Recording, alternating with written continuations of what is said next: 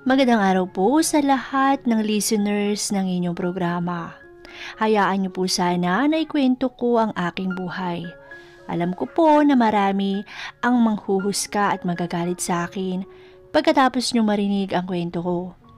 Ngunit minabuti ko pong ibahagi sa inyo ang kwento ng aking buhay upang kapulutan ng aral ng inyong mga tagapakinig. Itago niyo na lamang po ako sa pangalang Monica.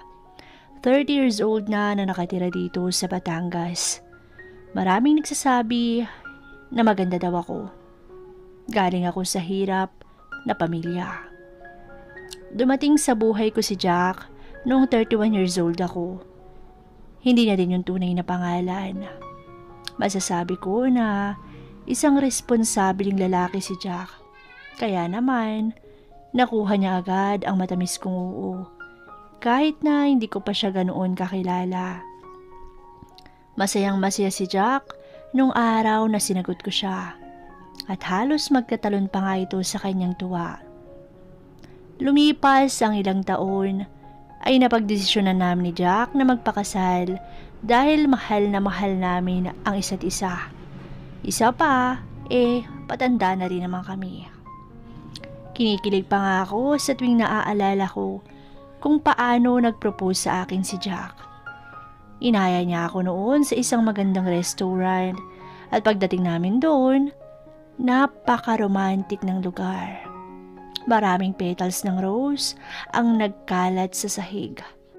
Pagkatapos, tanging kandila lamang ang nagbibigay liwanag sa aming lamesa na aming kakainan. Sinabayan pa ng nakakakilig na musika. Pagkatapos namin kumain, ay nabigla ako nang biglang lumuhod si Jack sa harapan ko. Monica, masaya ako nakasama kita araw-araw. Wala akong pinagsisisihan dahil ikaw yung naging GF ko. Hinawakan niya yung kamay ko at sinabing, Monica, will you marry me? Sabi nito na maluha-luha pa. Saglit ako napatulala at hindi makapagsalita noong mga oras na yon. Feeling ko ay para ako nag-iistatwa.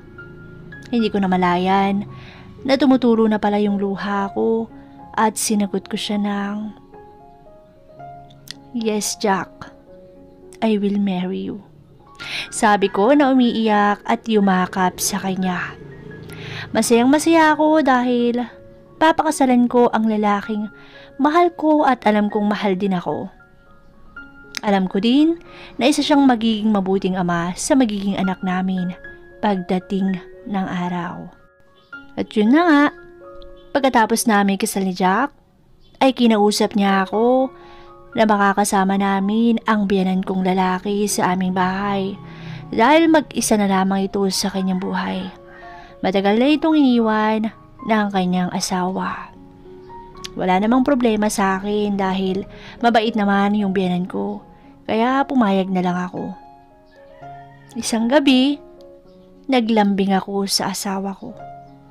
Love, parang gusto ko na atang magkaanak. Gawa na tayo. Babe, pasensya ka na. Pero ayoko pa kasi. Marami pa akong balak gawin bago tayo magkaanak. Tsaka, di ba, pinag-usapan na natin yan. Iniisip ko ang magiging future natin. Gusto ko kapag nagkaanak na tayo, meron na akong ipon, tsaka nakabili na rin ako ng sasakyan.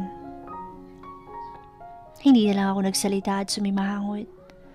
Love, huwag ka na magtampo. Alam mo, hindi sa ayaw ko magkaroon ng anak. Ang sa akin lang, gusto ko muna makapag-ipon para din naman sa atin yun di ba? Napasinghap na lamang ako. Tama nga naman si Jack. Pero syempre, mas masaya kasi kapag mayroon kaming kasamang bata dito sa bahay na pangpawala ng pagod namin sa araw-araw. Tsaka, ito ang magiging bunga ng aming pagmamahalan. Pero sa kabila ng lahat, wala akong nagawa. Inintindi ko na lamang ang asawa ko sa kanyang kagustuhan. Wala naman na talaga akong magagawa eh. Gusto niya yun eh. Lumipas pa ang ilang buwan na pagsasama namin ni Jack. Isang araw, umuwi itong malungkot at umiiyak pagdating sa bahay. Oh, bakit love? Anong nangyari? Bakit ka umiiyak? Tanong ko kagad dito. Love, natanggal ako sa trabaho. Kailangan ng kumpanya na magbawas ng empleyado at ako ang pinili ng tanggalin. Sabi nito na umiiyak. Dahil dito, hindi mapakali ang asawa ko. Hindi siya tumigil na maghanap ng trabaho. Hanggang sa isang araw, umuwi itong masayang masaya. Love, may trabaho na ulit ako. Talaga love? Saan naman? Love, sa ibang bansa. Naswertihan ko at natanggap agad ako. Kailangan kong ayusin yung mga papeles ko para makaalis agad ako, sabi nito. Ano? Makikipagsapalaran ka sa ibang bansa? Oo love, kailangan ko tong gawin para sa atin, para sa magiging anak natin, para sa future natin, sabi nito. Babe, ayoko. Hindi ko kaya. Hindi ko kayang mag-isa. Tsaka sinong makakasama ko dito? Yung tatay mo? Gusto ko dito ka lang sa tabi ko. Sabi ko dito na maiiyak na. Love, payagan mo na ako. Hindi naman ako magtatagal dun eh. Alam mo namang mamimiss kita agad, sabi ni Jack. Kahit na hindi ako pumayag, ay tinuloy pa din ito ang pag-a-abroad niya. Samantalang ako ay naiwan sa bahay kasama ang biyanan kong lalaki. Umalis si Jack na may sama ako ng loob sa kanya. Napaka-selfish niya. Hindi man lang niya ako tinanong kung payag ba ako na umalis siya. Sinabi na lamang niya nung natanggap na siya sa trabaho niya. Isang araw, nadatnan ako ng biyanan ko na umiiyak. Monica, iha, okay ka lang ba? Huwag ka nang umiyak. Para din naman sa inyo kung bakit nag-abroad si Jack eh, sabi ng biyanan ko. Okay lang po ko, tay. Sa tuwing naisip ko po kasi si Jack, naiiyak po ako eh. Ilang buwan na po yung nakalilipas pero masama pa din po yung loob ko sa kanya, sagot ko dito. Lumapit ito sa akin at tinabihan ako.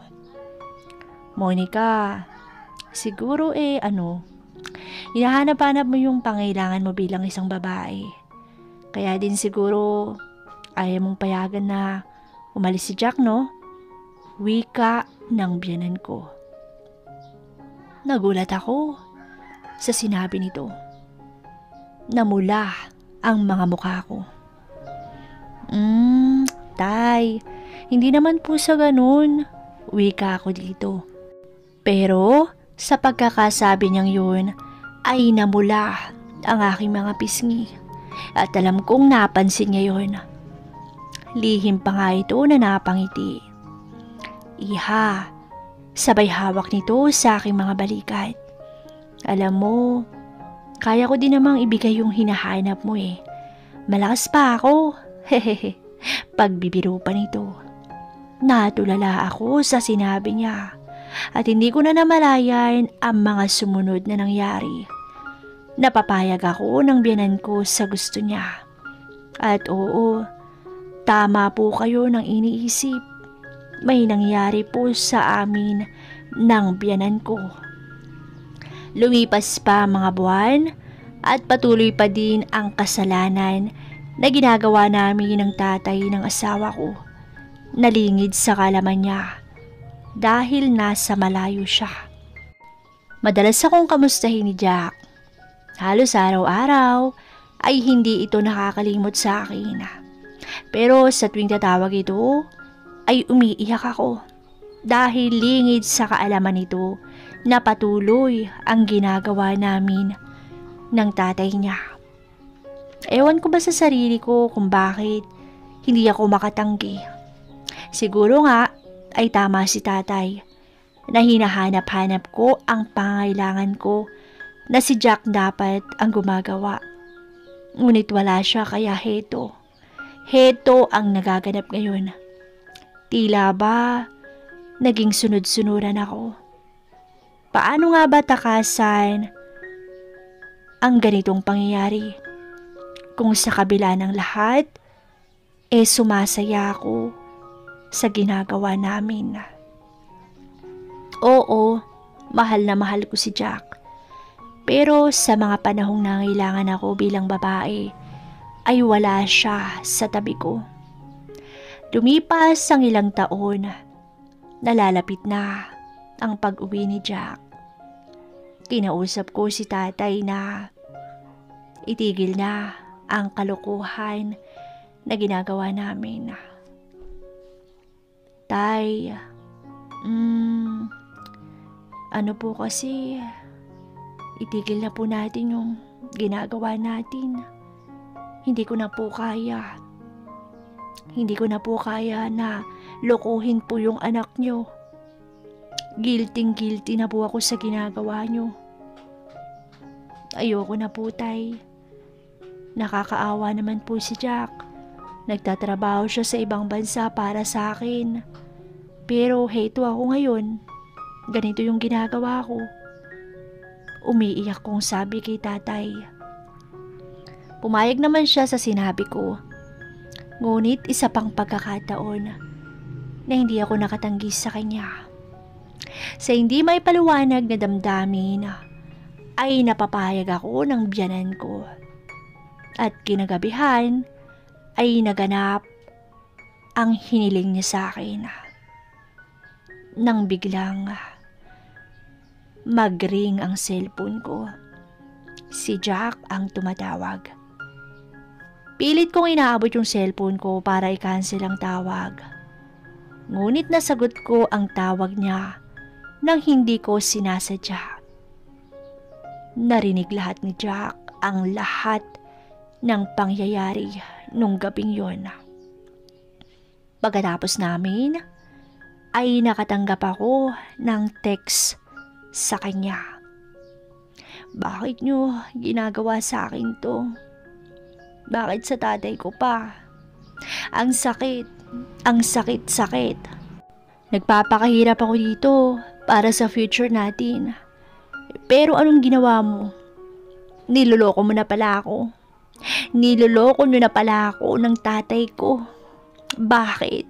Bakit siya pa? Habang binabasa ko yun, ay lumuluha na pala ako.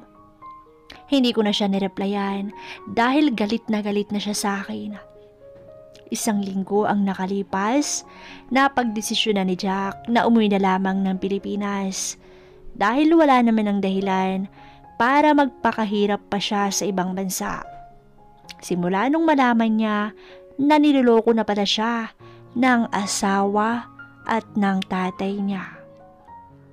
Dumiretso agad ito sa bahay nila at hinanap ang asawa at ang tatay niya. Love, hayaan mo kaming magpaliwanag. Parang awa mo na, love. Hagulgol ko sa kanya. Ano? Magpapaliwanag? Anong ipapaliwanag niyo? Rinig na rinig ko ang lahat ng pangyayari. Rinig na rinig ko ang mga pagsinghap mo. Ang sakit lang. Ang sakit lang na malaman ko na niloloko pala ako ng tatay ko at ng asawa ko. Binabala ko pa naman sana na kunin kita sa abroad para doon na lang tayo manirahan. Para magkasama na tayo. Pero anong ginawa mo? Kung hindi mo pa aksidenteng nasagot yung tawag ko, hindi ko pa malalaman ang lahat ng kalokohan nyo. Ngayon, magsama kayo ng tatay ko. Hagulgol nito sabay labas ng bahay. Sinubukan kong habulin ang asawa ko, ngunit huli na ang lahat. Nasaktan ko siya at alam ko na hindi na niya ako mapapatawad pa. 3 taon na ang nakalipas at 3 taon na din ang bunga ng pagkakasala ko sa asawa ko. Opo, tama po kayo. Nagkaanak kami ng biyenan ko na lalong ikinagalit ni Jack. Pilit akong humihingi ng tawad dito, ngunit wala na. Huli na ang lahat. Hindi na niya ako mapapatawad pa. Maging ang tatay niya ay hindi niya napatawad. Hanggang sa bawiin na to ng buhay at hindi sila nag-uusap nito. Oo, natupad ang matagal ko ng pangarap na magkaroon ng anak. Yun nga lang ay hindi para sa lalaking mahal ko. Mas nangibabaw kasi sa akin ang tukso at pangangailangan ko bilang babae. Hindi ako nag-isip ng mga panahon na yon. Pero wala na akong magagawa. Andito na to at hindi ko pwedeng itapon yung anak ko. Mahal ko ang anak ko. Wala siyang kasalanan dito. Kung meron mang dapat sisihin dito, ay ako yon. Nagpadala ako. Pumayag ako sa gusto ng biyenan ko. Hindi na ako nakapag-isip ng mga oras na yon. Ang nasa isip ko na lang noon ay masaya ako at gusto ko ang ginagawa ko. Hindi ko na naisip yung asawa ko na nagtatrabaho at nagpapakahirap sa ibang bansa para sa future namin. Pasensya na. Pasensya na kung nagawa ko ang lahat ng ito. Pero mahal ko ang anak ko at asawa ko. Hanggang dito na lamang po ang kwento ng aking buhay. Maraming salamat po sa lahat ng mga listeners. Sana po ay may napulot kayong aral sa aking kwento. Sana po ay wag niyo akong gagayahin na nagpadala sa tukso. Hanggang ngayon po ay pinagsisisihan ko ang nagawa kong kasalanan at tinanggap na nawala ang mahal ko sa aking buhay.